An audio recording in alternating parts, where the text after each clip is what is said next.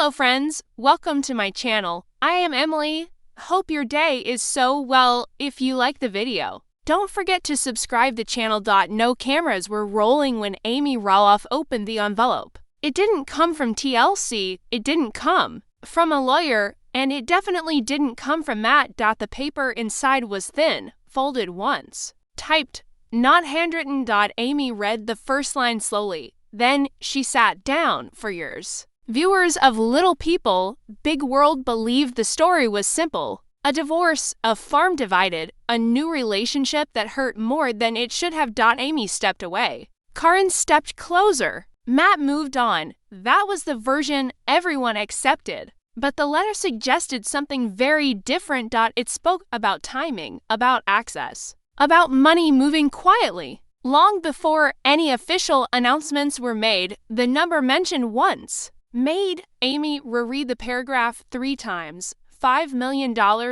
Not a gift, not inheritance, not earnings from the show. The letter claimed it was structured, layered through decisions, contracts, and verbal understandings that were never meant to be written down. Amy didn't react the way people expected. She didn't call Matt. She didn't go to the press. She didn't post anything online. She did something far more dangerous. She started asking questions, quiet ones. Questions about dates that didn't line up, about meetings she was never told about why certain decisions on the farm were rushed while others were delayed. And every answer seemed to point back to the same name, Caryn. For years, Caryn had been described as just an employee, then just a friend, then suddenly something much more permanent. But the letter hinted that her role had changed long before anyone admitted it. Amy folded the paper back into the envelope. She already knew one thing, if even half of what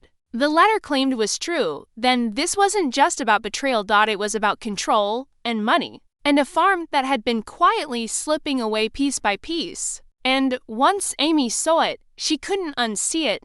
Amy didn't confront anyone right away. Instead, she did what she had learned to do after decades of marriage, business, and television. She checked the timeline. She pulled old calendars from a drawer she hadn't opened in years, production schedules, farm event dates, emails she had archived and forgotten about. At first, nothing looked suspicious. Then she noticed something small, a meeting that had been rescheduled without her, a contract amendment dated weeks earlier than she remembered signing anything. Similar, a sudden urgency around certain farm decisions that, at the time, had felt unnecessary. Amy wrote the dates down in a notebook, one by one. The letter mentioned a private discussion in late spring.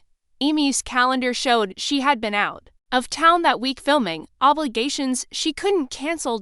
Another date appeared in the letter, a financial adjustment connected to the farm's valuation. Amy remembered that week clearly. That was when Matt had insisted they move forward quickly. No debate, no delay, just signatures and reassurance. At the time, Amy had assumed it was about stress, about exhaustion, about wanting closure.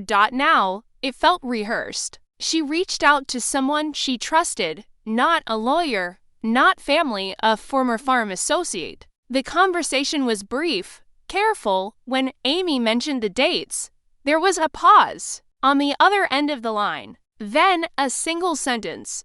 I always wondered why she was in those meetings. Amy didn't need clarification. Caryn's name hadn't been spoken, but it hung in the silence for years. Caryn's presence had been explained away. She helped organize. She kept things running. She knew the numbers, but employees don't sit in on valuation talks. They don't weigh in on future ownership structures. And they don't quietly replace one voice at the table while smiling for the cameras. Amy thanked the caller and hung up. She looked back at the notebook, 3 dates now circled, all tied to moments when her influence had weakened, all tied to decisions that shifted power away from her.